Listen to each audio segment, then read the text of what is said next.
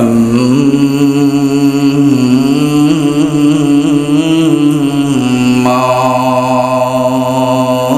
بعد فأعوذ بالله من الشيطان الرجيم.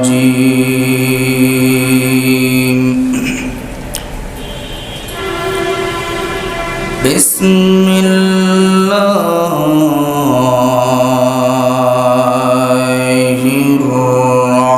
الرحمن الرحيم. قل يا عبادي الذين أسرفوا على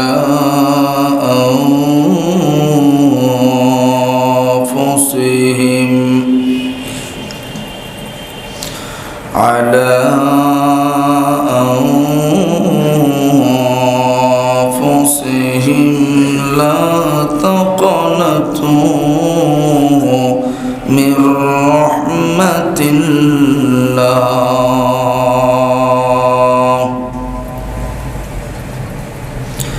إن الله يغفر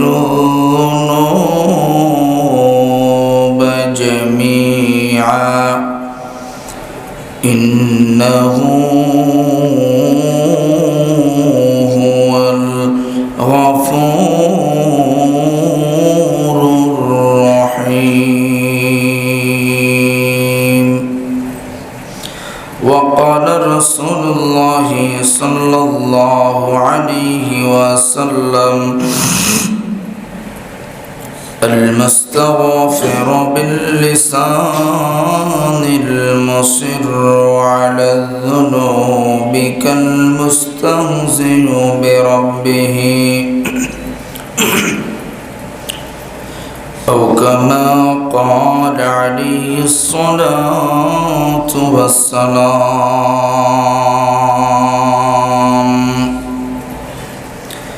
কেদিনের লতার গাছে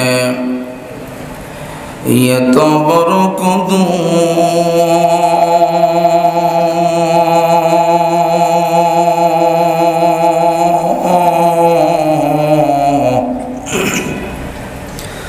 কারিয়া দেশে মৌমাছিরা মৌচাকে দেই মধু শিমুল গাছে কে দিল হায় নরম নরম তুলা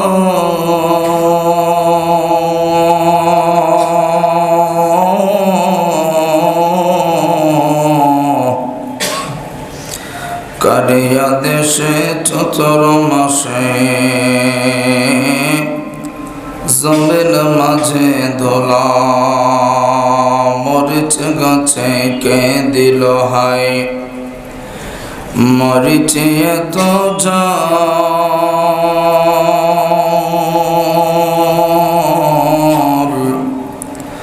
কারিয়া দেশে ভাদর মাসে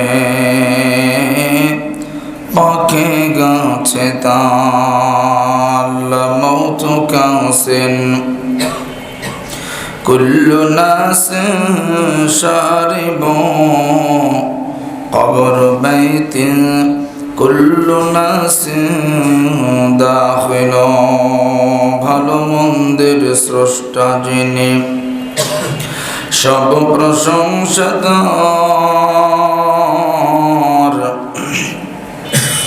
গুণ গরিমা তারই যিনি রূপে রূপকার। সবাই জবান খুলে পড়ি লা ইলাহা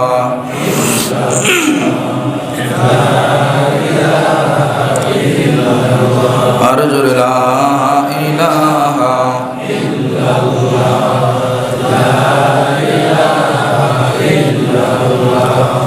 লা ইলাহা ইল্লাল্লাহ লা ইলাহা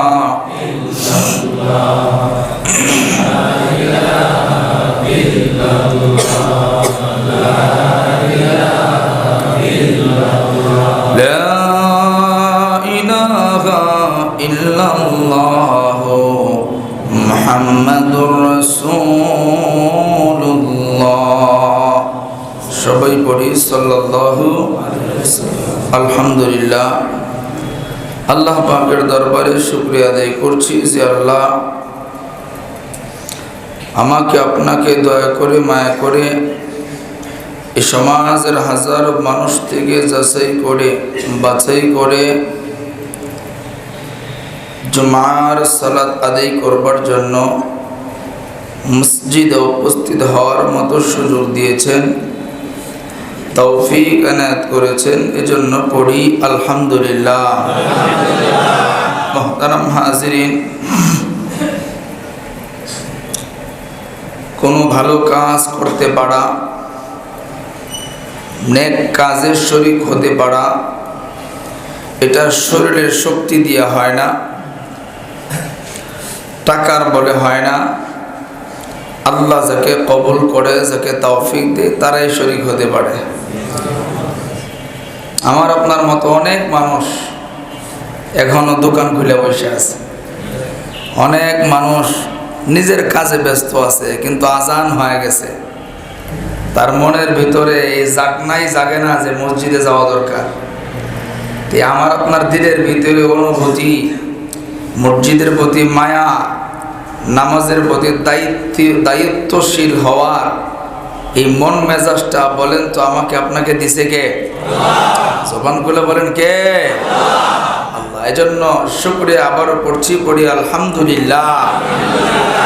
মুহতারাম হাজিরিন, আমরা এখানে যারা উপস্থিত আছি, যারা আমার সামনে বসা, বলেন তো আমার আপনার জীবনে গুনাহ আছে না নাই? সংখ্যায় কম না বেশি? আমাদের জীবনে যার যতটুকু বয়স হয়েছে, যদি হিসাব মেলানো হয় জীবনে কয়টা ভালো আমল করছি, চক্ষু বন্ধ করলে মোটামুটি চোখের সামনে ভেসে উঠবে। কিন্তু ভাই, সকাল থেকে জুমার আগ পর্যন্ত কার কয়টা গুনাহ হয়েছে এটার কোনো হিসাব নাই। কারণ আমরা গুনাহগুলি এখন এমন ভাবে করি, আমার আপনার কাছে মনে হয় না যে এটা গুনাহ। আমরা টিভি দেখি, ছবি দেখি, বেপরদা নারী দেখি, অবলীলায় মিথ্যা কথা বলি, অবলীলায় গীবত করি। বর্তমানে এগুলো আমাদের কাছে গুনাহ মনে হয় না। এই সকাল থেকে পর্যন্ত আমাদের গুনাহ কতটুকু হয়েছে এটা আমাদের কোনো হিসাব নাই।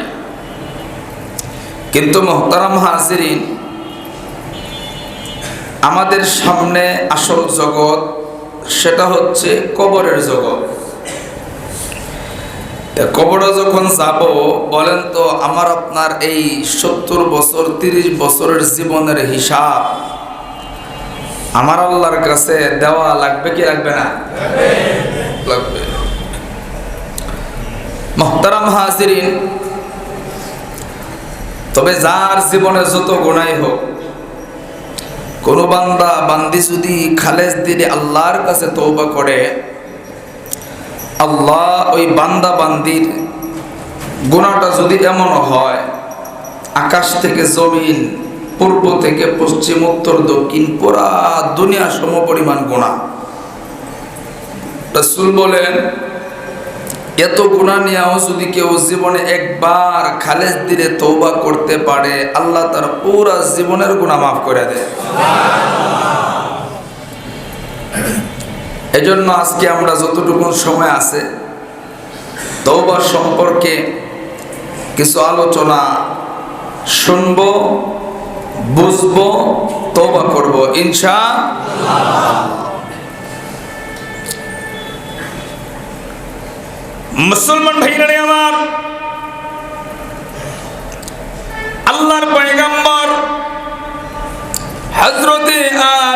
আলাইহিস সালাম আল্লাহ রাব্বুল আলামিনকে ডাক দেয়া বলেন, আল্লাহ, আপনি তো আমাকে মানুষ রূপে সৃজন করে সৃষ্টি করে দুনিয়ার জমিনে প্রেরণ করেছেন, আবার আপনি ইবলিস শয়তানকেও দুনিয়াতে প্রেরণ করেছেন। ওগো আল্লাহ, আমি আপনার সাহায্য সহযোগিতা ছাড়া ইবলিসের হাত থেকে আমি রক্ষা পাবো না, শয়তানের ধোঁকা থেকে বাঁচতে পারবো না। ওগো আল্লাহ, আমি আপনার কাছে সাহায্য সহযোগিতা চাই। আল্লাহ রাব্বুল আলামিন ডাক দিয়া বললেন, আদম শুনে নাও, পৃথিবীতে কোনো আদম সন্তান জন্মগ্রহণ করলে তাকে শয়তানের ধোঁকা থেকে রক্ষা করার জন্য, ইবলিসের হাত থেকে বাঁচানোর জন্য আমি আল্লাহ একদল ফেরেশতা নাজিল করে দিব। চিৎকার দিয়া পড়েন না সুবহানাল্লাহ।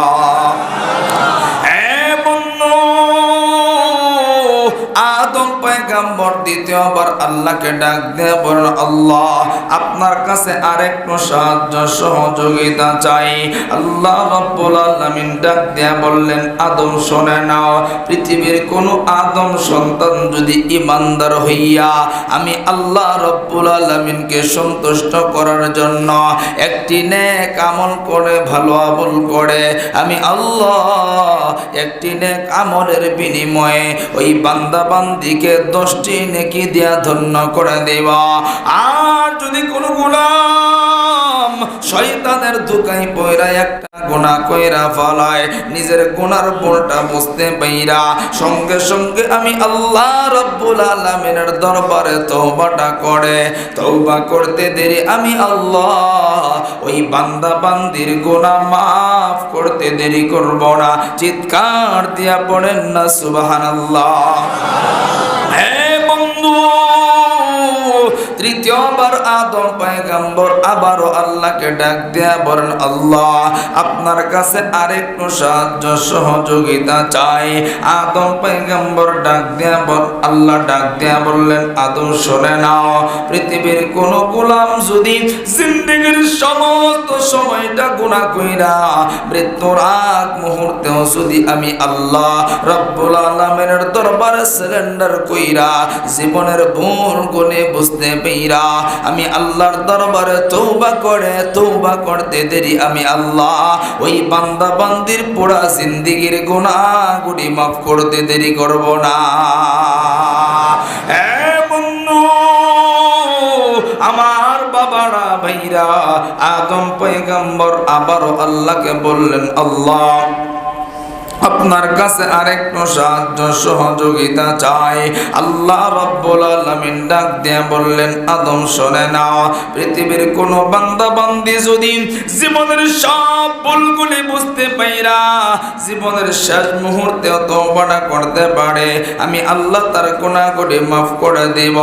আদম পয়গম্বর আবার আল্লাহরে কই, আল্লাহ, আপনার কাছে আরেকটু সাহায্য সহযোগিতা চাই।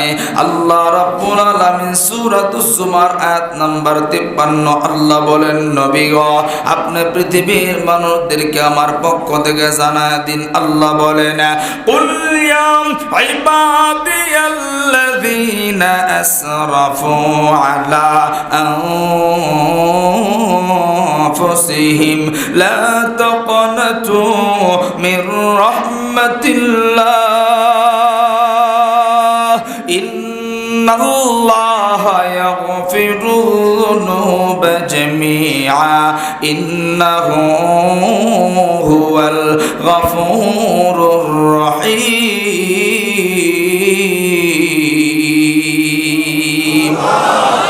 আরেকবার পড়েন না দেখি, আল্লাহু আকবার।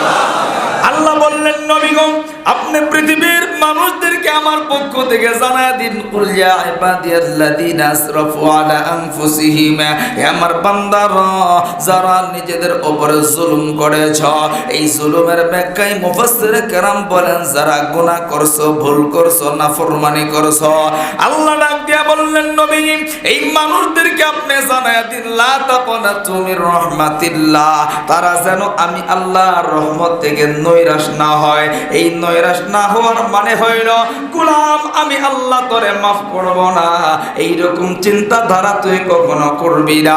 আমি আল্লাহ তোরে মাফ করব না এইরকম ধারণা কখনো করবি না। আল্লাহ কেন এই কথাটা বললেন এটাও আমার আল্লাহ কোরআনুল কারীমের মধ্যে জানায় দিয়েছেন। আল্লাহ বলেন ইন্নাল্লাহা ইয়াগফিরু যুনুবা জামিআ। আল্লাহ বলেন নবী আপনি জানায় দিন আমি আল্লাহ বান্দা বান্দির জীবনের সব গুনাহগুলি মাফ করে দিব। এ বাবারা ভাইরা পর্দা নরনের মারাম, আল্লাহ কেন সব গুনাহগুলি মাফ করে দিবেন এই কথাটাও আল্লাহ রাব্বুল আলামিন বলেন ইন্নাহু হুয়াল গফুরুর রহিম।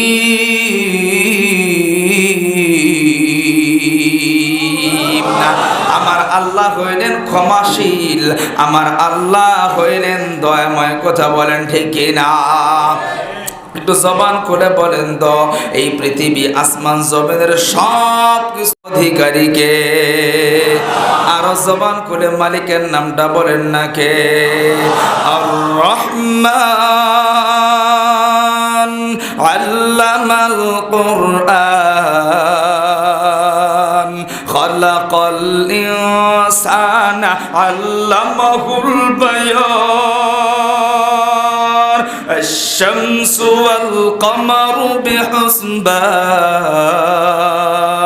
والنجم والشجر يسجدان والسماء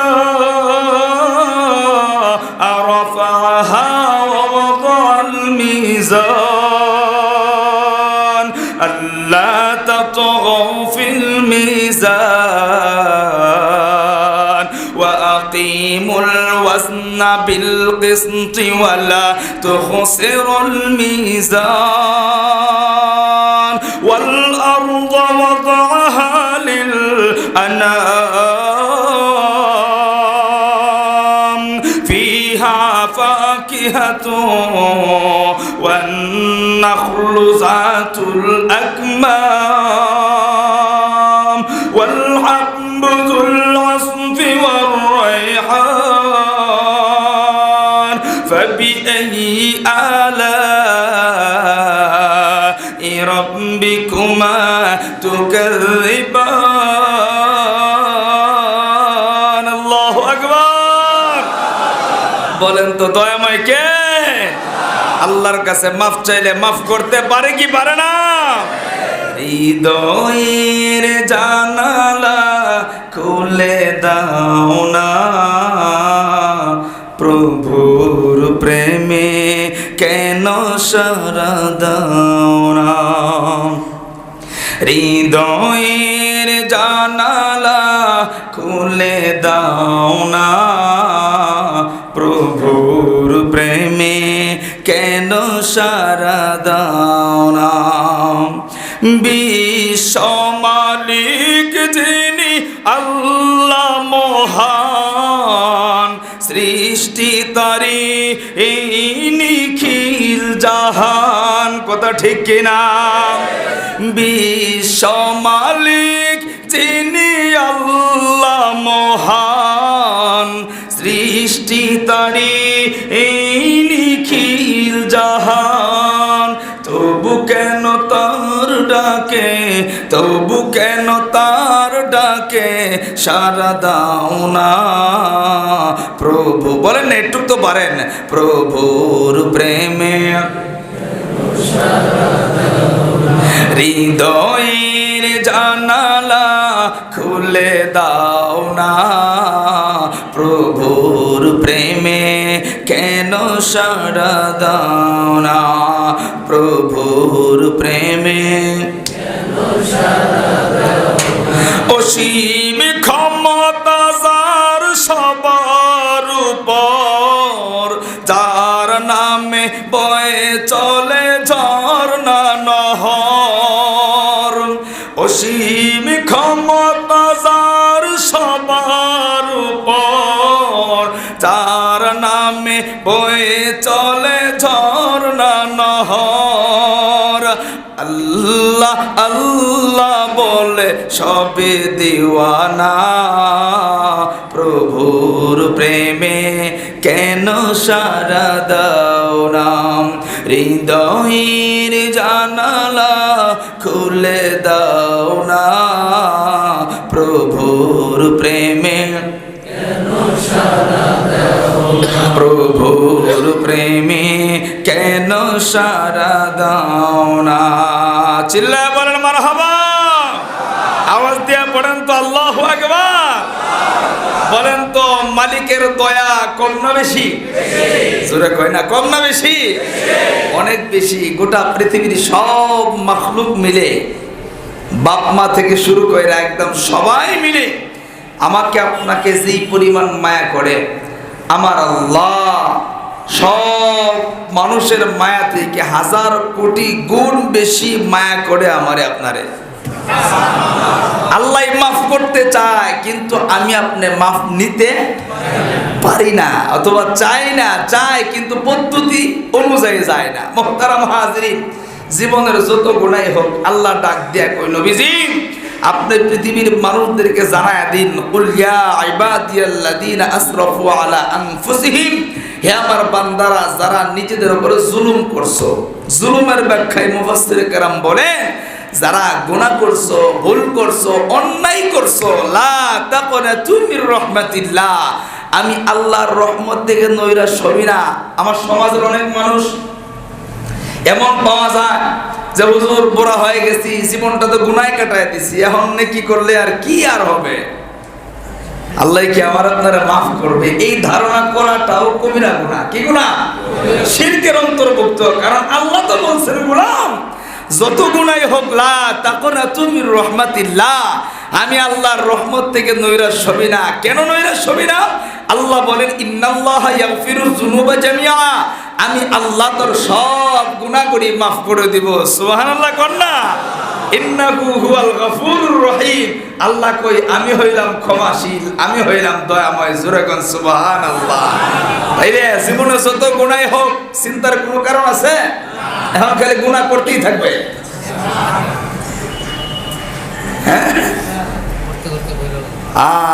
তওবা কাহাকে বলে? গুনাহ হওয়ার পরে, তওবা করার পরে ওই গুনাহ দেখলেই আপনার জাহান্নামের কথা স্মরণ হবে। তওবা করার পরে ওই গুনাহ দেখলেই মালিকের কথা স্মরণ হবে। এটার নাম হচ্ছে খালেস দিনের তওবা। কিন্তু আমরা এমন তওবা করি, সকালে তওবা কইরা দুপুরে আবার সেই গুনাহে লিপ্ত, দুপুরে তওবা কইরা সন্ধ্যাবেলায় সেই গুনাহে লিপ্ত। সুতরাং আমার আপনার তওবা সঠিকভাবে হয়। আর এখন তওবা করবই বা কখন? গুনাহ করি তো আমরা সময় পাই না। সকাল থেকে দুপুর, দুপুর থেকে সন্ধ্যা, দিন যায়, রাত যায়, সপ্তাহ যায়, মাস যায়, বছর যায়। এই যে গুনাহ হচ্ছে, আমার আপনার ভিতরে কোনো অনুশোচনা, কোনো অনুভূতি আমার আপনার ভিতরে জাগ্রত হয় না যে আরে জীবনটা তো কাটাই দিলাম, 25 বছর হয়ে গেল, 30 বছর, 60 বছর হয়ে গেল, জীবনে গুনাহ করে কাটাইলাম, আহারে এখন একটু বোঝা দরকার। এই অনুশোচনা আমার আপনার অনেকের ভিতরেই নেই।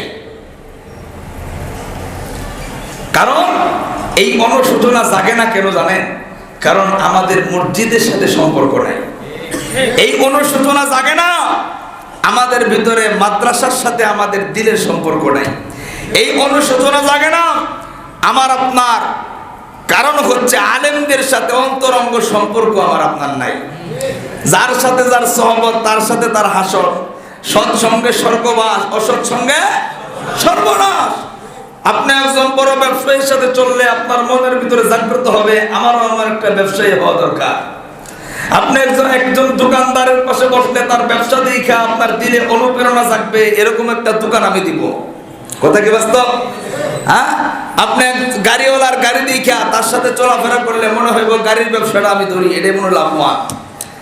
যে যার সাথে চলে তার আমল আখলাক দেখে তার ভিতরে অনুপ্রেরণা জাগ্রত হয়। কোনো মানুষ যখন আলেমদের সাথে, ভালো মানুষের সাথে চলে, ভালো মানুষের আমল দেখা তার মনে মনে চিন্তা হয় আমারও এমন হওয়া দরকার। এজন্য ভালো মানুষের সাথে সম্পর্ক করব ইনশাআল্লাহ, আলেমদের সাথে সম্পর্ক রাখবো। রাজি আছি তো ইনশাআল্লাহ? বাংলাদেশের অবস্থা খুব খারাপ। কিছুদিন আগে দেখছেন না ইসকন সংগঠনের আমরা হিন্দুদেরকে ঘৃণা করি না, তাদেরকে মহাব্বত করি, তারা এদেশে আছে থাকুক। রাসূল হিন্দুদেরকে ঘৃণা করে নাই। ভিন্ন ভিন্ন ধর্ম অবলম্বীরা যার যার ধর্ম পালন করছে, কোনো বাধা নিষেধ নাই, আমরাও তাই। কিন্তু কথা হচ্ছে এ বাংলাদেশটা তো মুসলমানের দেশ, কথা ঠিক?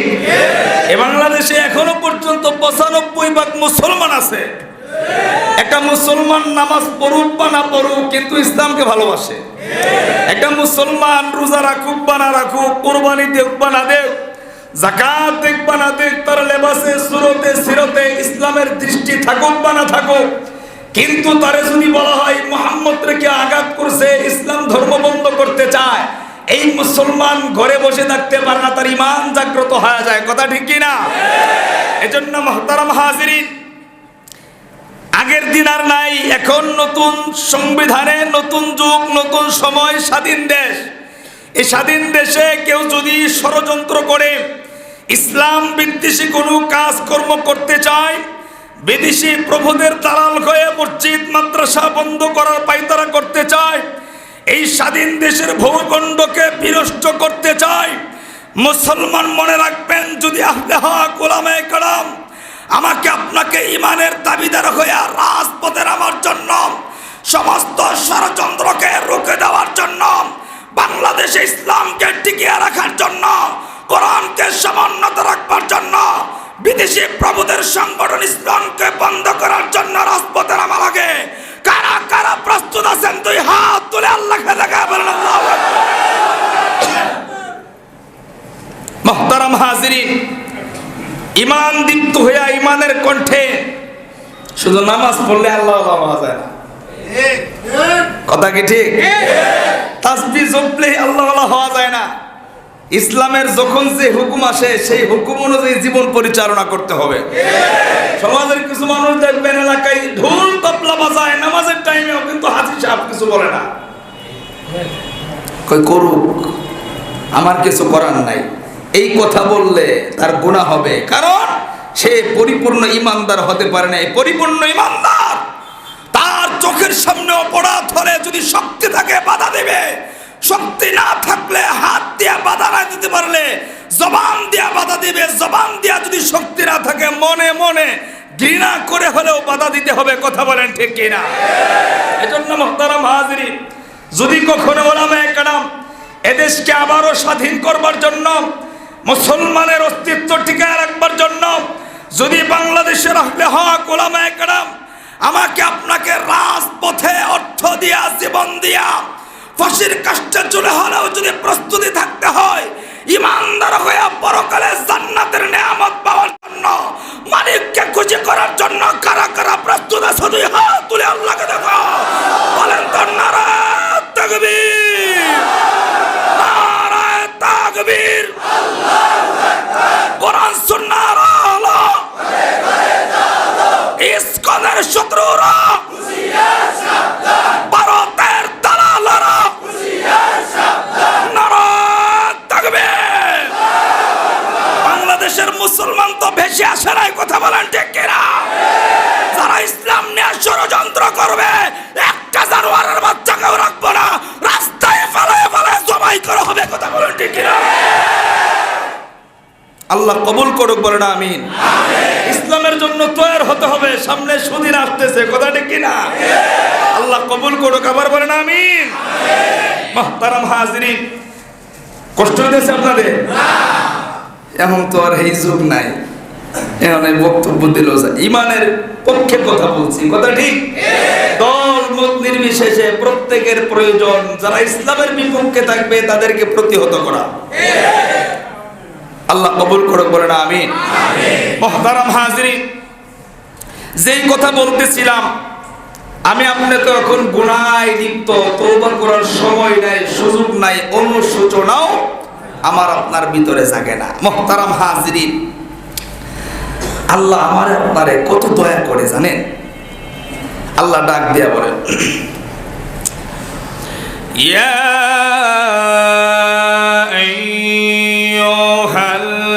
আইয়ুহাল্লাযীনা আমানু তুবু ইলা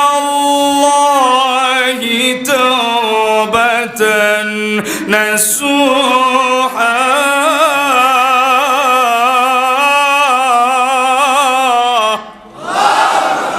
আল্লাহ ডাক দেয় ইয়া আইয়ুহাল্লাযীনা আমানু, হে ঈমানদাররা। হিন্দু খ্রিস্টান বৌদ্ধ নাসারারে ডাক দেয় নাই, ঈমানদারকে ডাক দিছে। তাহলে আমরা সবাই মাশাআল্লাহ, আমরা সবাই ঈমানদার। বলেন আলহামদুলিল্লাহ। এই যুগে আমি আপনি একটু চিন্তা করছেন, ভিন্ন ধর্মের ঘরে জন্ম হইলে মুসলমান হওয়া সম্ভব? আল্লাহ কত দয়া করছে আমারে আপনারে, কত মায়া করছে। এই জন্য আল্লাহ আমাকে আপনাকে বড় দয়া করে মায়া করে মুসলমানের ঘরে জন্ম দিছে।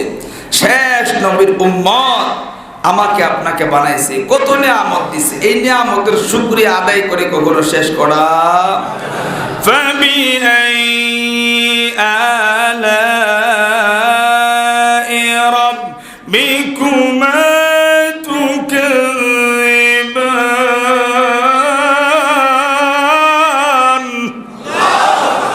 আল্লাহর কোন কোন নিয়ামতকে অস্বীকার করবে? কোনো সুযোগ নাই। যার চোখ নাই তার জিগায় দেখেন চোখ কত বড় নিয়ামত। যার হাত নাই তার জিগায় দেখেন হাত কত বড় নিয়ামত। যার দুইটা পা নাই তার জিগায় দেখেন কত বড় নিয়ামত। তাইলে মালিক তো আমার আপনারা স্বয়ং সম্পূর্ণ করে সব দিয়া বানাইছে। এজন্য কখনো যেই হালতেই থাকি সব হালতেই শুকরিয়া আদায় করবো কার? আল্লাহ।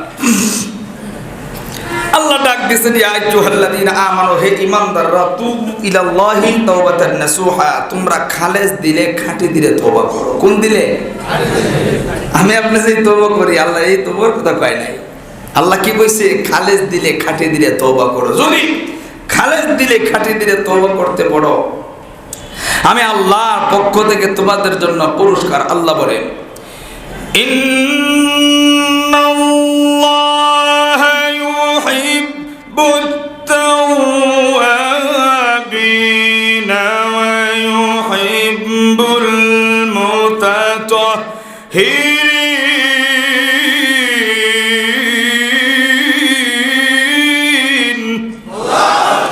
আল্লাহ ডাক দিয়ে কই আমি আল্লাহ। আল্লাহ কই আমি আল্লাহ তওবাকারীদেরকে ভালোবাসি। সুবহানাল্লাহ কই না? তওবাকারীকে ভালোবাসেন কে? আল্লাহ। কিন্তু আমার সমাজের অনেক মানুষ আছে তওবাকারীকে দেখতে পারে না। দেখবেন একজন মানুষ হঠাৎ কইরা জীবনে অনেক পাপ করছে কিন্তু নামাজে হয়ে গেছে, তারপরে দেখবেন শাস্ত্রের দোকানে সমালোচনা করে দেখছি কি কামটা করছে জীবনে, সারাটা জীবন কাম করে কাটাইছে, যত নামাজ পড়ুক কাম হইব। এরকম কথা কয় না? আপনারা কে দিছে এই ক্ষমতা? এই অধিকার তো আল্লাহ আপনারা দেয় নাই। উমর তো জীবনে কম কিছু করে নাই, শেষ পর্যন্ত হেদায়েতের দৌলত আল্লাহ দিয়া দুনিয়াতে জান্নাতের টিকিট ধরাই দিছে। আমি আপনাদের সেই তুলনায় কিছুই করি না। একজন মানুষের ভুল হতেই পারে, ভুল হবে এটা আল্লাহর কাছে বড় পছন্দনীয়। ভুল হওয়ার পরে তওবা করবে এটা আল্লাহর কাছে বড় পছন্দনীয়। এই বান্দা বান্দির যদি ভুল না হইতো আল্লাহ মানুষ বানাইতো না, নতুন আরেক মাখলুক বানাইতো। ভুল তো হবে, ফেরেশতার তো ভুল হয় না। ফেরেশতারা জিজ্ঞাসা আল্লাহ মানুষ বানায় লাভ নাই, কি লিগা কইনি দুনিয়াতে যে মারামারি ঝগড়া ঝাঁটিয়া কাম কুকাম সব করবো, আপনার হুকুম মানবো না, আমরাই তো ভালো আছি। আল্লাহ ডাক দিয়া কয় তোমরা ভালো আছো না? তোমরা গুনাহ কি জিনিস সেটাই তো বোঝো না। কিন্তু আমার বান্দা চোখের সামনে সুন্দরী নারী দেখে চোখ হেফাজত করব। আমার বান্দা সুদের টাকা দেখে নিজের সংযত রেখে হেফাজত করব। আমার বান্দা চোখের সামনে কত কিছু দেখবো, এরপরেও নিজেকে সংযত রাখবো আমি আল্লাহর জন্য। এটাই তো আমি আল্লাহর কাছে বড় পছন্দনীয়। আল্লাহর কাছে বড় পছন্দনীয় চোখের পানি। বান্দা তওবা করবে, মাফ চাবে, এটাই আল্লাহর কাছে বড় পছন্দনীয়। এজন্য গুনাহ হয়ে যাওয়া অপরাধ না, গুনার উপরে অটল থাকা অপরাধ। কথাটা বুঝছেন? গুনাহ হয়ে যাওয়া বড় অপরাধ না, কিন্তু গুনার উপরে ইস্তেকামত থাকা, গুনার উপরে অটল অবিচল থাকা, এটা বড় অপরাধ। গুনাহ তো সবারই হয়। আমি হুজুর দেখে কি আমার গুনাহ হয় না? আপনি সাধারণ মানুষ কি আপনার গুনাহ হয় না? সবারই গুনাহ হয়।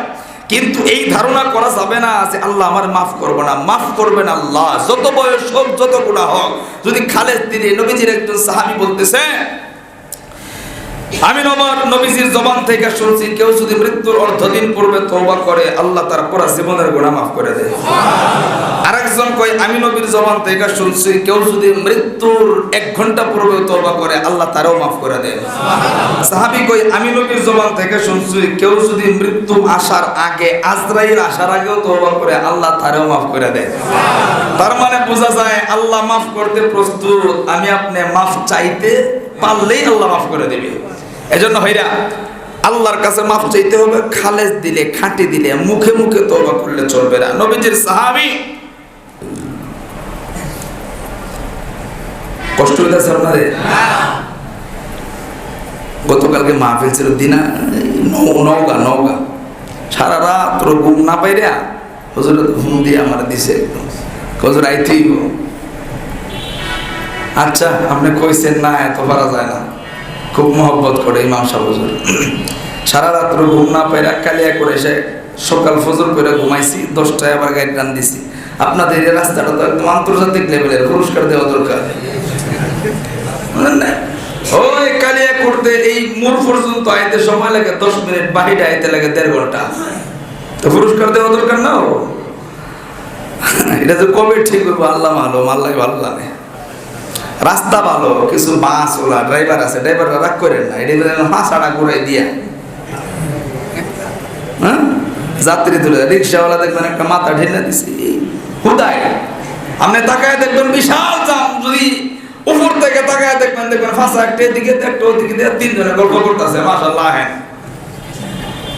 এদিক দিয়ে তো মানুষের ভোগান্তি। যারা চালক ভাই আছেন এই কাজগুলি করবেন না, মানুষকে কষ্ট দিলে কাল কিয়ামতের ময়দানে আল্লাহর দরবারে হিসাব দিতে হবে। এটা শুধু রাস্তার ক্ষেত্রে না, যে কোনো ক্ষেত্রে মানুষকে কষ্ট দেওয়া যাবে না, মানুষকে কষ্ট দেওয়া যাবে না। আল্লাহর নবীর সাহাবী খলিফাতুল মুসলিমিন হযরত ওমর ইবনুল খাত্তাব সকালবেলা রাস্তা দিয়ে হাঁটতেছে, তাকায় দেখে একটা যুবক চার রাস্তার মোড়ে মাটিতে গোড়াগড়ি করে কান্দে। ওমর বড় পাষাণদের একজন সাহাবী ছিলেন, কিন্তু ওমর এই যুবকের কান্নার ভঙ্গিমা দেখা নিজের চোখের পানি বের হয়ে গেছে। ওমর ইবনুল খাত্তাব রাদিয়াল্লাহু আনহু যুবকের কাছে যায়া ডাক দিয়া কই, ভাইরে এই সকালবেলা কেন তুমি কান্না করো? যুবক ডাক দিয়ে কই, ওমর ভাই কান্নার কারণ তো তোমার কাছে কইয়া কোনো লাভ নাই। কই কিতা করতে পারি? আমার একটু নবীজির দরবারে নিয়ে যাও, আমি বিশ্ব নবীর কাছে আমার কান্নার কারণটা বলতে চাই। ওমর ডাক দিয়ে কই, ঠিক আছে তুমি আবদার করছো, তোমার আবদার পূরণ হবে, আমি নবীজির কাছে নিয়ে যাব। মুসলমান ভাইরা নিয়ে আমার খলিফাতুল মুসলিমিন ওমর ইবনুল খাত্তাব রাদিয়াল্লাহু আনহু হাঁটি হাঁটি পা পা করে নবীজির দরবারে, নবীজির ঘরের সামনে হাজির। যুবকটাও নবীজির পেছনে পেছনে। এমন সময় ওমর নবীজির দরজার সামনে জিয়া আল্লাহর নবীকে সালাম দিয়েছে। আল্লাহর নবী সালামের জবাব দিয়া দরজা কইরা তাকা দেখে ওমরের চোখ পায়া পায়া টক টক কইরা পানি পড়ে। আল্লাহর নবী ডাক দিয়ে কই, ওমর রে এমন ভাবে সকালবেলা কেন কান্না করো? তোমার কান্নার কারণটা জানবার যা। ওমর ডাক দিয়ে কই, নবীজি একটা যুবকের কান্না দিঘা আমি ওমর চোখের পানি ধইরা রাখতে পারিনি। আল্লাহর নবী ডাক দিয়ে কই, ওমর যুবকটা কেন কান্দে? কান্নার কারণটা কি? ওমর ডাক দিয়ে কই, নবীজি কান্নার কারণটা যুবক আমার কাছে বলতে চায় না, কান্নার কারণটা আপনার কাছে বলতে চায়। যুবকটা বাহিরে দাঁড়ায় আছে। আল্লাহর নবী ডাক দিয়ে কই, ওমর রে যুবকটাকে আমার সামনে উপস্থিত করো। যুবকটা নবীদের সামনে বইসা মাথাটা নিচের দিকে দিয়া ফুপায়া ফুপায়া মায়া কান্না কান্দে। আল্লাহর নবী ডাক দিয়ে কই, মা যুবক এমন ভাবে সকালবেলা কেন কান্দ? তোমার কান্নার কারণটা জানবার যায়। যুবকটা চোখের পানি পালায় কই, নবীজি আমার জীবনে আমি অনেক গুনাহ করেছি, অনেক বড় ভুল করেছি, অনেক বড় নাফরমানি করেছি। নবীজি আমার দিল সাক্ষী দে আমার আল্লাহ আমার এই জিন্দেগির গুনাহটা বুঝে মাফ করবো না। আল্লাহর নবী ডাক দিয়ে কই, যুবক রে কত বড় গুনাহ তুমি করছো। যুবকটা ডাক দিয়ে কই নবী, আমার মনে হয় অনেক বড় গুনাহ আমি করেছি। নবী ডাক দিয়ে কই যুবক রে, তুই কি জমিনের চাইতে বড় গুনাহ করছো নি? যুবকটা কই নবীজি, আমার দিলটা সাক্ষী দে আমি জমিনের চাইতে বড় গুনাহ করেছি। আল্লাহর নবী ডাক দিয়ে কই যুবক, তুই কি চন্দ্র সূর্য লৌহ কলম গোটা পৃথিবীর চাইতেও গুনাহটা তোর বড় নি? যুবকটা কান্দে আর কই নবী গো, আমার দিল সাক্ষী দে আমি দুনিয়ার সব কিছুর চাইতে বড় গুনাহ কইরা ফেলাইছি। আল্লাহ নবী ডাক দিয়ে কই যুবক রে, তোর গুনাহ যত বড়ই হোক না কেন রে, আমার আল্লাহর দয়া তার চাইতেও বড়। জবান খুলে পড়েন না আল্লাহু আকবার। আমার বাবারা বাইরা পর্দার আড়াল থেকে আওয়াজ শোনা মা বোনেরা খুব খেয়াল করে দিলের কান লাগায় কথা করে শুনবা। আল্লাহ নবীর সাহাবী নবীজির সামনে বৈশা বৈশা কান্দে। আল্লাহ নবী কই যুবক রে, গুনাহ যত বড়ই হোক না কেন যদি তওবা করতে পারো রে, আল্লাহ অবশ্যই তোমারে মাফ করে দিবে। হে যুবক, তুমি কি গুনাহ করছো আগে আমায় বলো না। তুমি যদি না বলো কেমন করে আমি সমাধান দিব? যুবকটা কান্দে আর কই নবীজি, তাইলে আপনার কাছে গুনার কথা না বলি।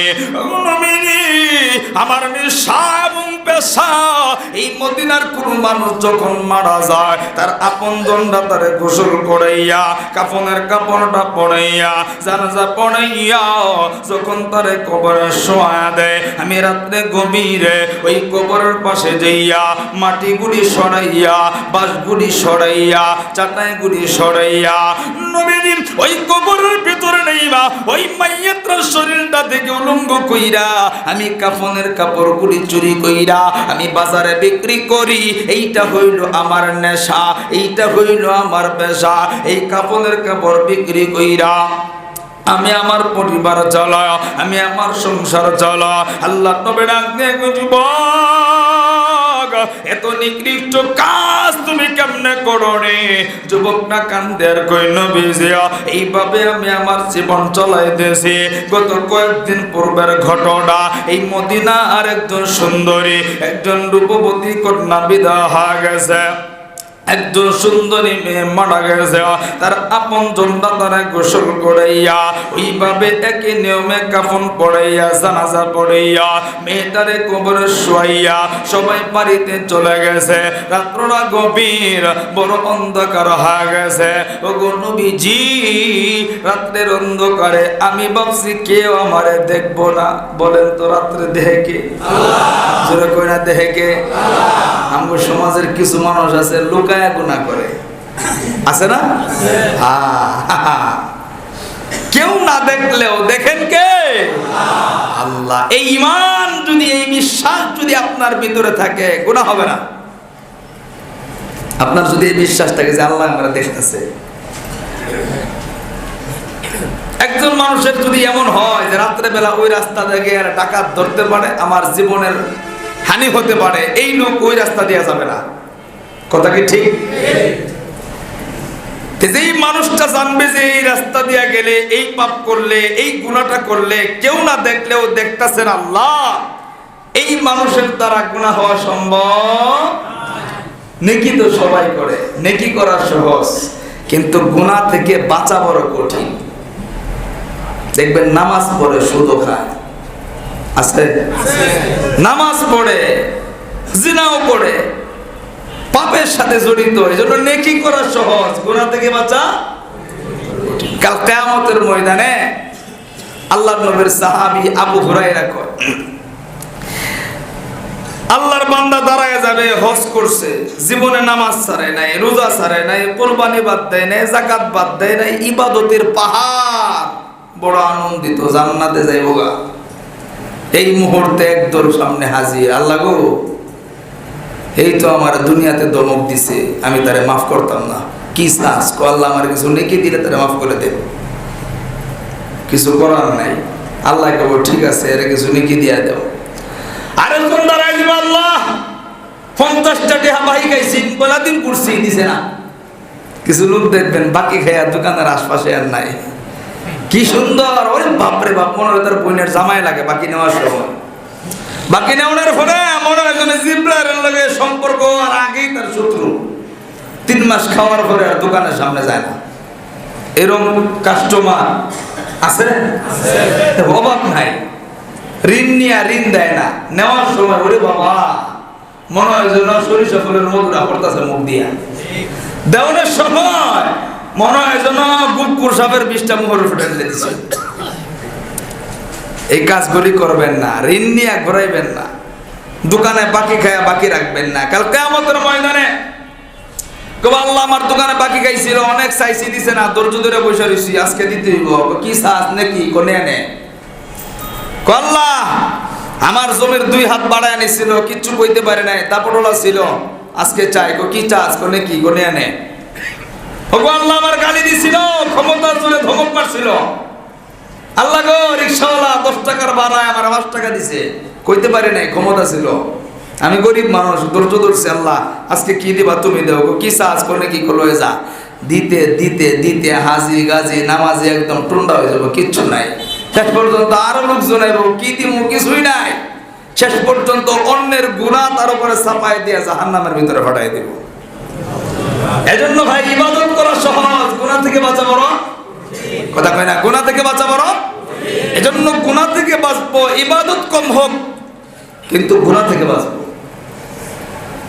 একটা কথা আছে না, আখলিস দিন। চোখের পানি পালায় পালায় কান্দে, আর ডাক দেয়া কই নবীজি গো, আমার জীবনে অনেক বড় গুনাহ হয়ে গেছে।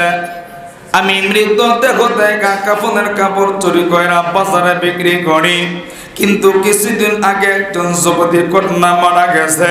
তার আপনজনরা তারে গোসল করাইয়া কাফন জানাজা পড়াইয়া এই মেয়েটারে কবরে শুইয়া সবাই যখন যার যার গন্তব্যে চলে গেছে,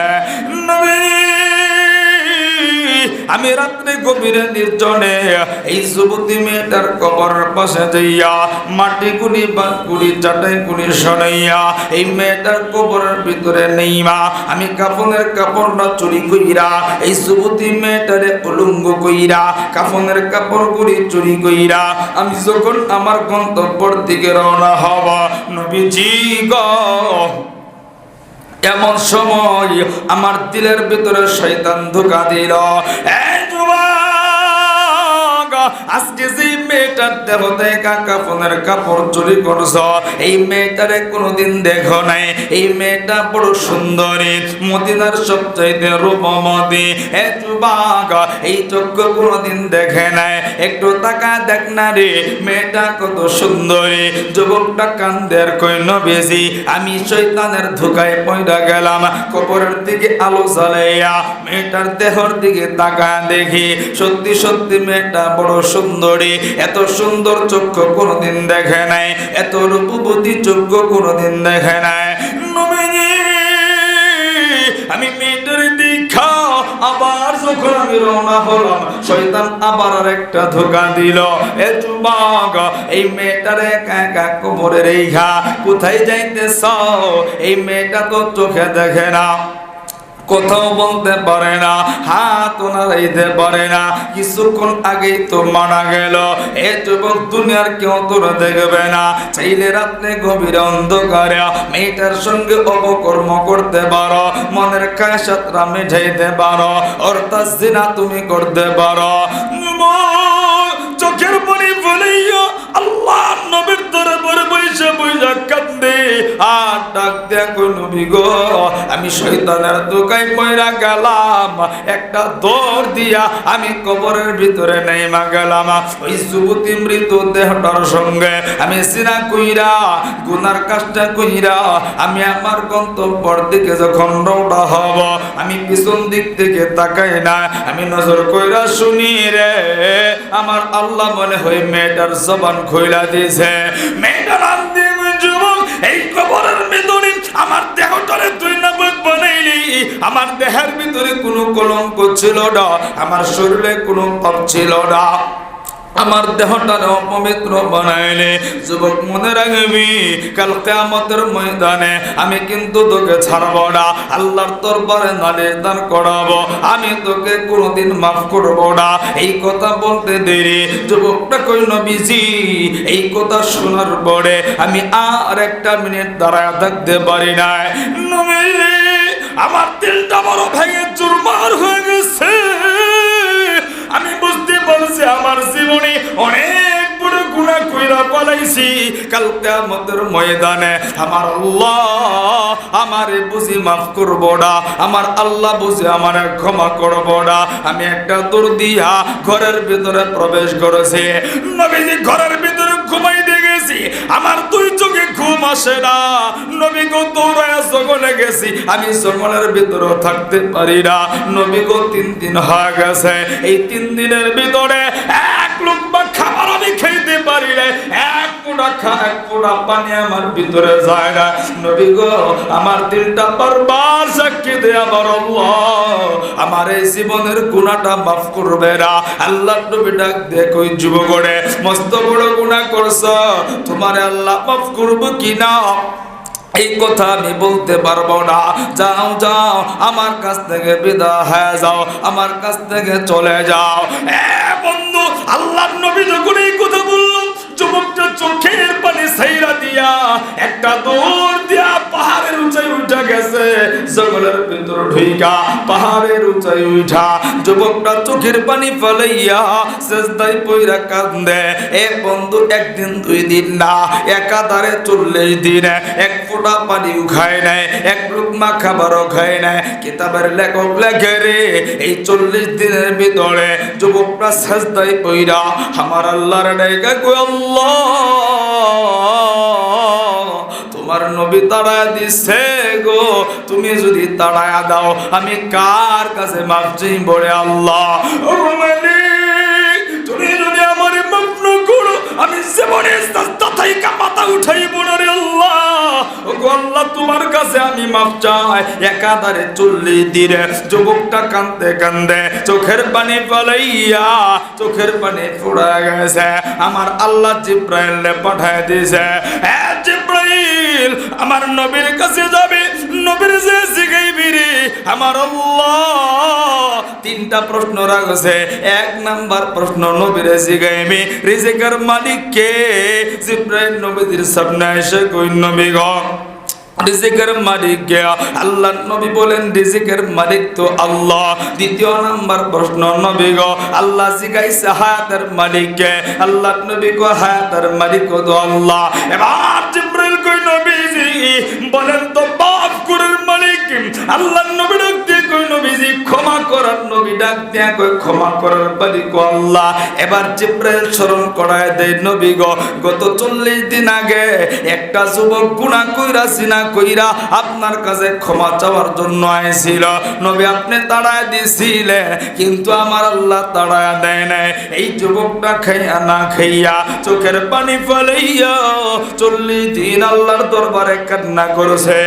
নবী এই 40 দিন কান্না করার কারণে আমার আল্লাহ এই যুবকটাকে এমন কইরা মাফ কইরা দিছে গো, তার জীবনের সব গুনাহগুলি মাফ কইরা আল্লাহ তার জান্নাতের মেহমান বানায় দিছে।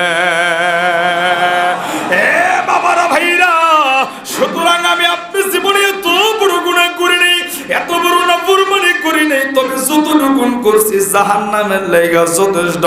এজন্য বাবারা ভাইরা, কখন যেন আজরাইল এসে যায়, কখন যেন মালাকুল মউত এসে যায়, কার জন্য জানি জগনার বাসগুলি রেডি হয়ে গেছে, কার জন্য জানি এই জামগোড়া বাজারের কাপড়ের কাপড়গুলি রেডি হয়ে গেছে, কার জন্য জানি যার যার জায়গার অবস্থানে কবরের 3.5 হাত জায়গাটা রেডি হয়ে গেছে রে।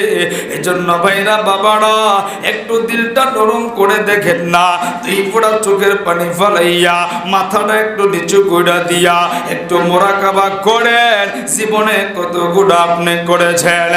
এ বন্ধু, আমার আল্লাহর বড় নিয়ম, এই পৃথিবীর কোন মানুষ যদি গুনার দিকে অনুতপ্ত হইয়া আল্লাহর কাছে দুই ফোঁটা চোখের পানি ফেলায়, আমার আল্লাহ ওই বান্দা বান্দির পুরা জিন্দেগীর গুনাহগুলি মাফ কইরা দেয়। বাবা না ভাইরাম, আপনি কেন খালেদ দিলে কেটে দিলে তওবা করবেন না? কেন আল্লাহর কাছে আপনি মাফ চাইবেন না? একটু চিন্তা করে দেখেন না। আমি 5-7 মিনিটের ভিতরে পয়েন্টটা গোছায় নিব। যদি কাটতে পারেন কপাল ভালো, যদি বুঝতে পারেন কপাল ভালো। আহারে বন্ধু, একটু চিন্তা করে দেখো না, এখন যদি আজরাইল আইসা যায়, যুবক বন্ধু, আসরের নামাজ পর্যন্ত আমারে তোমারে দুনিয়ার জমিনে কেউ রাখতে যাবে না। আজানটা হয়ে যাবে, আসরের নামাজের আগেই মসজিদের মাইকে আলাপ হয়ে যাবে। জামগোরা শিমুলতলা আব্দুর রহিম আব্দুল কুদ্দুস অমুক জায়গার অমুক বিদায় হয়ে গেছে। এ বন্ধু, চিন্তা করে দেখো না, এই মাইকিংটা যখন হয়ে যাবে, এই দুনিয়ার সব কেমন যেন পর হয়ে যাবে রে। আপন বন্ধুগুলি তুমি যে যে ডিস্ট্রিক্টের থাকো না কেন, আপন মানুষগুলি পাগল হয়ে যাবে রে। কখন তোমারে বাড়িতে পৌঁছা দিবে, কখন তোমারে কবরে শোয়া দিবে, তোমার লাশটা বাড়িতে নিয়ে এ যুবক বন্ধু ঘরের ভিতরে ঢুকাইব না। যে দামি খাটটা আমি তুমি সব কইরা পাঠাইছিলাম, এই খাটার ভিতরে শোয়াইব না রে। মসজিদের ভাঙা পালকিটা আমার তোমার তোর সামনে হাজির হয়ে যাবে। এ বন্ধু, ওই খাটকের ভিতরে এই প্রচন্ড শীতের ভিতরে আমার তোমার বেবির দিলেও মায়া থাকবে না, আমার তোমার সন্তানের দিলেও মায়া থাকবে না। ওই খাটকির ভিতরে শোয়াবে, বাবার ঠান্ডা লাগবে, সন্তানের চিন্তা করবে না। বিবি স্বামীর ঠান্ডা লাগবে, এই চিন্তা বিবি করবে না। আহারে পাতলা চাদরটা খাটকিতে বিছাইয়া আমার তোমারে ওই খাটকিতে শোয়া দিবে রে। বাবার ঘাড়ে ব্যথা করবে, এই চিন্তা সন্তান করবে না, বিবি করবে না। যেই বিবি রাত্রে যায় দেখছো বিছানাটা গুছায় রাখবে, ওই দিন আর বিবি আইব না, কেউ তোমার মাথার নিচে বালিশ দেব না, একা একা খাটকিতে শুয়ে রাখবো। একটু চিন্তা করে দেখো না, এলাকার আপন মানুষগুলি বন্ধু বান্ধবগুলি দৌড়ে আইব, কাপড়টা উঠাইয়া এক নজর তাকায় দেখে কইব, আরে আব্দুল্লাহ রে গতকাল কেউ না আমার সঙ্গে কথা কইলি, আরে সকালবেলা উঠে চোখ কইলি, একসঙ্গে অফিসে গেলাম, কেমনে বিদায় হয়ে গেলি, কেমনে বিদায় হয়ে গেলি। সবার মুখে শুধু একটা বাক্য থাকবে, কেমনে বিদায় হয়ে গেলি রে, কেমনে বিদায় হয়ে গেলি। এ বন্ধু, কেউ আপন থাকবে না। নিজের আপন মানুষগুলি একটু শুধু আমি মনে করে দিই, খেয়াল করে আমার আপনার আপন মানুষগুলি আপনি তাকায় দেখবেন, আহারে কেউ যাইতাছে জলদি জলদি বাস কাটুনের লাইগে, আরে কেউ যাইতাছে যেই জায়গায় তুমি আমি দিনের বেলা যাইতেও ভয় পাই। এ বাড়িওয়ালা, জমিওয়ালা, গাড়িওয়ালা, টাকাওয়ালা, এ দিন মজুর শ্রমিক ভাই, দুনিয়ার সুখের লাইগা তো কত কিছুই করি, একটু পরকালের সুখের লাইগা দেখোটা চোখের পানি ফলায়া জীবনটারে বুঝাইতে পারো কিনা। এ বন্ধু, যেই জায়গায় দিনের বেলা যাইতে ভয় পায়, ওই জায়গায় ছোট্ট একটা গর্খরণ হয়ে যাবে রে। তাকে দেখবি আপন মানুষগুলি সুন্দর করে গোসল করানোর লাগা গরম পানি উঠানে বসায় দিছে। তাকে দেখবি আমার জন্য তোমার জন্য নতুন জামাটা ইমাম সাহেব দেখা দিতেছে। এলাকার মানুষগুলি সবাই তৈরি করতেছে কখন আমার তোমার বিদায় দিবে। এই দুনিয়াটা মিশে মায়া, এই দুনিয়াটা মিশে মায়া। চক্ষুটা বন্ধ হয়ে গেলে কেউ নাই, চোখের পানি ছাড়া নেক আমল ছাড়া কিছু আমার তোমার কবরে যাবে না। এ বন্ধু, চিন্তা করছো রে, আমার তোমার লাশটা অন্য কেউ ধরবে না। এলাকার মানুষগুলি ডাক দিয়ে কইবে, আব্দুর রহমানের বড় ছেলে কোথায়? ডান পাশের খাটকির মাথাটা ধরো, মেজু ছেলে বাম পাশে ধরো। আর ভাতিজারা কইবা আপন জনটা খাটকিতে ধইরা ধইরা আমার তোমার কবরে নিয়ে আরে ওই দিন আমি তুমি তাকায় দিব বলার কোনো ক্ষমতা থাকবে না। যদি আমি তুমি নেককার হই কইব জলদি আমার কবরে নিয়ে যা, দেরি করিস না। আমি তুমি চোখে দেখবো যদি বদকার হই কান্দা কান্দা কইব আমার কবরে দিস না, কবরটা বড় কঠিন, আমি বড় অন্যায় করেছি। বন্ধু কবরের সামনে লাশটা নিয়ে দূরের কোন মানুষ কবরে নামবে না। যে মানুষটা তোমার কাছে সবচাইতে আপন ওই মানুষটারে দেখবা তোমার মাথার দিকে ধইরা ধইরা কবরে নামাইতেছে। বন্ধু আপন মানুষটার মায়া লাগবো না, এই কবরের লাশটা থুইয়া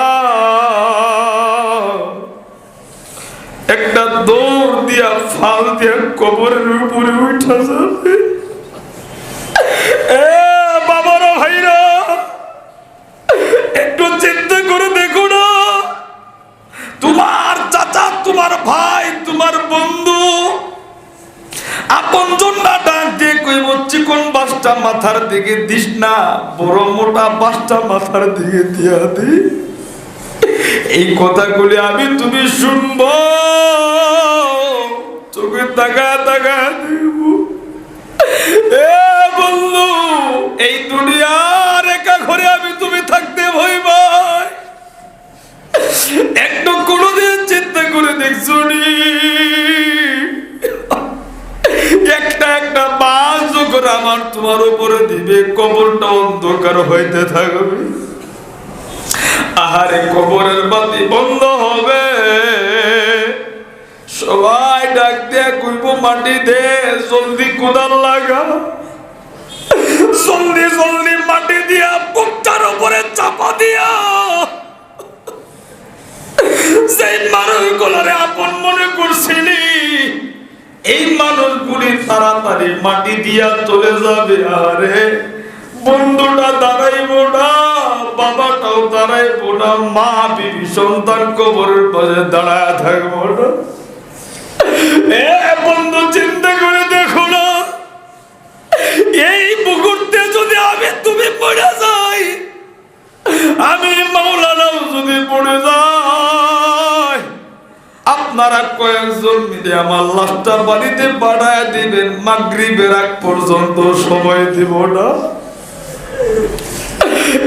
বন্ধু জীবনের ভুলগুলি দেখো না, বুঝতে পারো কিনা, কারে তুমি আপন ভাবা কেউ নাই।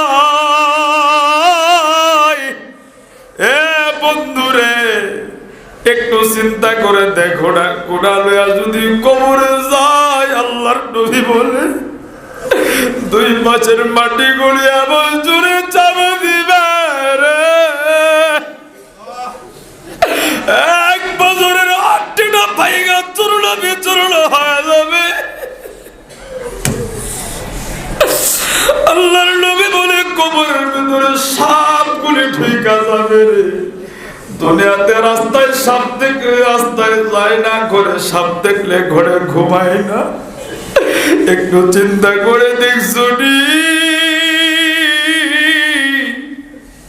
3.5 হাত মাটি চাপা ঘরের ভিতরে সাপগুলি যখন আমারে তোরে কামড়ায়া কামড়ায়া মাটির নিচে ডাবাবে,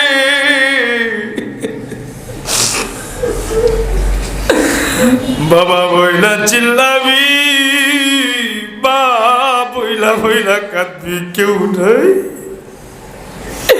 এই যুবা ভাইরা, বৃদ্ধ বাবারা, জীবনে কত গুনাহ করছো, চোখের পানি ফেলায় তওবা করো, চোখের পানি ফেলায় তওবা করো, আর জীবনে কোনোদিন গুনাহ করব না।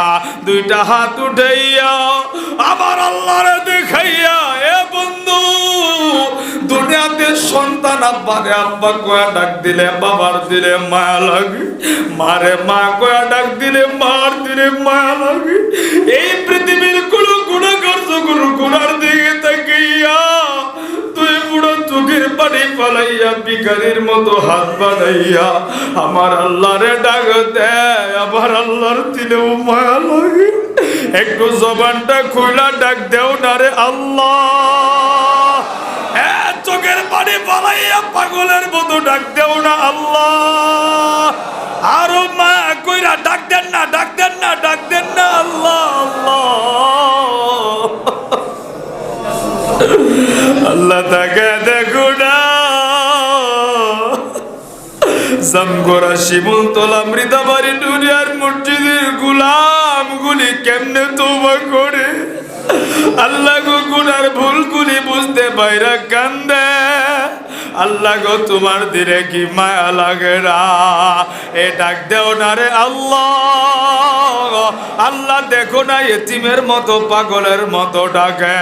আর চোখের পানি ফেলাইয়া মায়া কইরা ডাক দেও না রে আল্লাহ। আল্লাহ জানি না কার বাবা নেই, কার মা নেই, এ চোখের পানি ফেলা ডাক দেন না আল্লাহ। ওগো আল্লাহ তাকা দেখো না, কাঁদতে কাঁদতে পাগল হয়ে গেছে রে আল্লাহ।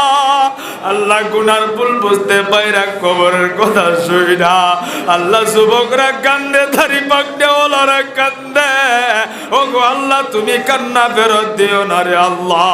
ওগো আল্লাহ তুমি তাকা দেখো না। আল্লাহ শিশু বাচ্চার মতো হাউ মাউ কইরা কইরা কান্দে।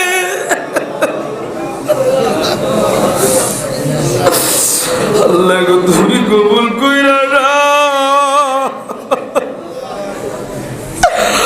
আরে কোন দিন যেন আজরাইল হাজির হয়েছে। আল্লাহ গো জীবনে কত গুনাহ করছি আমি। আমার মতো পাপী আর মসজিদে কেউ নাই। ওগো আল্লাহ আমার মতো গুনাহগার কেউ না। আল্লাহ গো তোমার গোলামদেরকে নিয়ে আমি চোখের পানি বাড়ায় কাঁদে, আমারে মাফ কইরা দাও। ওগো আল্লাহ গো বাকি জীবনটা গুনাহ থেকে বাঁচবার তৌফিক দিয়া দাও। ওগো আল্লাহ গুনাহ থেকে বাঁচবার তৌফিক দিয়া দাও। আল্লাহ কবরটা সুন্দর কইরা দিও রে আল্লাহ। আল্লাহ কবরে বাবা নাই, মা নাই, বন্ধু নাই। আল্লাহ গো কবরে তুমি যারা কেউ নাই। আল্লাহ তুমি আমাদের কবরটা সুন্দর বানায় দিও। আল্লাহ গো হাসরটা সুন্দর বানায় দিও। আল্লাহ মিজান পুলসিরাতরা সুন্দর বানায় দিও রে আল্লাহ। আমাদের সবাইরে জান্নাতের মেহমান বানায় দিও। চিল্লায় বলেন আমিন। আরেকবার জবানটা করে বলেন আমিন। আল্লাহ কবুল করুক, মঞ্জুর করুক। আল্লাহ আমাদের সবার জিন্দেগীর গুনাহগুলি মাফ করে দেন, বলেন আমিন। মুহতারাম হাজিরিন, আপনাদের মসজিদ আল্লাহর ঘর মসজিদ চোখের পানি ফেলায় তওবার মজলিসে বাবার জন্য মার জন্য আপনাদের কাছে যাচ্ছে। একটা নিয়ত করে টাকা তো ভাই কত জায়গায় আমরা দেই। আরে ব্যাংকে টাকা জমায়, সপ্তাহে, মাসে, বছরে মসজিদে আল্লাহর ঘরে টাকা জমা, কবরের জন্য বেশি বেশি করে যে যেমন পারেন 100, 200, 500 শরীক থাকেন। আল্লাহ যেন কবুল করে, বলেন আমিন। আল্লাহ যারা দিচ্ছে, যারা দিবে, যারা দিতে চাচ্ছে প্রত্যেকের দানকে কবুল করে নেওয়া, বলেন আমিন। একদিন আমাকে আপনাকে বিদায় নিতে হবে, আমি আপনি চিরকাল থাকবো না। এটাই সত্য। সবাই পর হয়ে যাবে। এই যে টাকা পয়সা 5 তলা বাড়ি হয়ে যেতেছি, বাড়িটা তো বাড়ির জায়গায় থাকবে। আমার আপনার ব্যাংকের জমানো 50-20 লাখ টাকা সব থাকবে, আমি থাকবো না। এজন্য সময় সুযোগ করে নিয়মিত এতিম মিসকিন গরিবদেরকে কিছু দিবেন। এগুলি কবরে যাবে। মসজিদ মাদ্রাসায় দিবেন, এগুলি কবরে যাবে। এগুলি আমার আপনার কবরে যখন প্রশ্ন আসবে তখন এগুলি সাক্ষী হয়ে দাঁড়াবে যে এই বান্দার কাছে আসো না, এ নিয়মিত দান করছে মসজিদ মাদ্রাসা এতিমদেরকে। সবাই বিসমিল্লাহ বলে পকেটে হাত দেন। যারা বাহিরে রাস্তায় আছেন, ওপরে আছেন, আমার সামনে আছেন, সবাই একটা নিয়ত করে দিতে থাকেন। আমি কিছু কথা বলতে থাকি। মুহতারাম হাজিরিন, এটাই চরম সত্য যে একদিন না, এখনো তো হতে পারে আমার আপনার মরণ, এখনো হতে পারে। আমরা যে বেঁচে আছি এটাই তো বড় কথা, কখন মরে যায়। এজন্য ভাই মৃত্যুর আগে নিজের জীবনটা সাজানো দরকার। দুনিয়াটা কত সুন্দর করি আমরা, এই যে অনেক বিভিন্ন ডিস্ট্রিক্টের মানুষ এখানে আছেন, কত দূর থেকে আসছেন যেন সংসারটা সুন্দর হয়, ভবিষ্যৎটা যেন উজ্জ্বল হয়। নিজে চিন্তা করতেছেন আমি যেমনই থাকি সন্তান যেন সুখে থাকে, এরকম একটা চিন্তা ভাবনা নিয়ে সবাই ইনকাম করে। আরে ভাই, এত সুন্দর করে দুনিয়া সাজানোর চিন্তা করি আমরা, একবারও কি এই চিন্তা হয় না যে আমার যে এখন মরে গেলে এখন কবর, এই কবরটা আমার সাজানো দরকার। এই কবরটাকে সাজাবো তাহাজ্জুদ দিয়া, নফল নামাজ দিয়া, ফরজ নামাজ দিয়া, মানুষের সাথে খারাপ ব্যবহার না কইরা, হ্যাঁ, মুরব্বিদেরকে শ্রদ্ধা কইরা, মা বাবার খেদমত কইরা, ইবাদত কইরা কবর সাজাইতে হবে।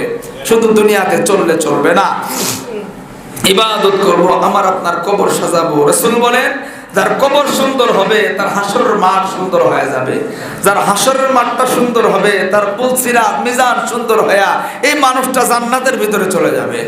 হ্যাঁ, এজন্য কবরটা সুন্দর করার এখনই সময়, কবরে চলে গেলে আর সুন্দর করার সময় নেই।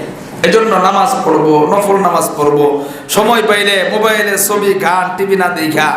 এখন একটা অভ্যাস হয়ে গেছে, গুনাহ করে আস্তে আস্তে ছাড়েন, অল্প অল্প কোরআন তেলাওয়াত করে মোবাইলে বয়ান শুনবেন, কোরআন তেলাওয়াত শুনবেন। যুবকরা কানে হেডফোন লাগায় গান শুনতে শুনতে ঘুমায়েন না, যদি ঘুমের ভিতরে আজরাইল এসে থাবা মারে, আরে আপনি নিশ্চিত জাহান্নামী। এই জন্য এই কাজ করি কখনো করবো না। অন্তত পক্ষে আমরা যারা আছি কয়েকটা কাজ নিয়মিত করব, যেটা টাকা লাগে না, পরিশ্রম লাগে না। ওযু করে ঘুমাবো, সব সময় ঢিলা কুলুপ ব্যবহার করব, পবিত্র অবস্থায় থাকবো, মরণটা সুন্দর হবে। পারবো না ইনশাআল্লাহ? আমি এখানে চাকরি করেন, ফোরসাপ করে ঢিলা হইলে তো আর কোনো সমস্যা নাই। অনেক যুবক আছে, অনেক ভাই আছে নাপাক অবস্থায় থাকে। আহারে, এই অবস্থায় যদি আপনি মারা যান, এগুলি করবেন না, পবিত্র অবস্থায় থাকবেন। এবং কি সব সময় পবিত্র অবস্থায় থাকার পরে যখনই ঘুমাইতে যাবেন, যারা মোবাইলে আসক্ত আছে একটু দূরে মোবাইলটা রেখেন, কোরআন তেলাওয়াত ছেড়ে শুনতে শুনতে ঘুমাই যাবেন। কাছে রেখেন না, কাছে রাখলে ক্ষতি হয়। একটু দূরে একটু সাউন্ড দিয়ে কোরআন তেলাওয়াতটা শুনতে শুনতে ঘুমাবেন।